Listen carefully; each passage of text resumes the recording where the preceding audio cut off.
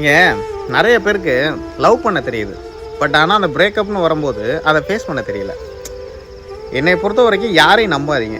உங்கள் லைஃப்பை நீங்கள் வாழுங்க. ஒருத்தவங்களை நம்பி ஃபேமிலியை சாக்ரிஃபைஸ் பண்ணுறது, ஃப்ரெண்ட்ஸை சாக்ரிஃபைஸ் பண்ணுறது, வேலையை சாக்ரிஃபைஸ் பண்ணுறது, ஏன் உங்கள் சந்தோஷம் நிம்மதியை கொண்டு சாக்ரிஃபைஸ் பண்ணி அந்த பர்சன் நம்ம லைஃப்பில் இருந்தால் போதும், வேறு எதுவும் தேவையில்லைன்னு நினச்சிக்கிட்டு எல்லாத்தையும் தொலைச்சிடுறீங்க. கடைசியில் அந்த பர்சனே விட்டுட்டு போயிடுறாங்க. என்ன ஆகும்? வலிக்கும் தானே. ஸோ இப்போ இன்ன வரைக்கும் நீங்கள் அவங்களுக்காக தியாகம் பண்ணதெல்லாம் வேஸ்ட்டு தானே.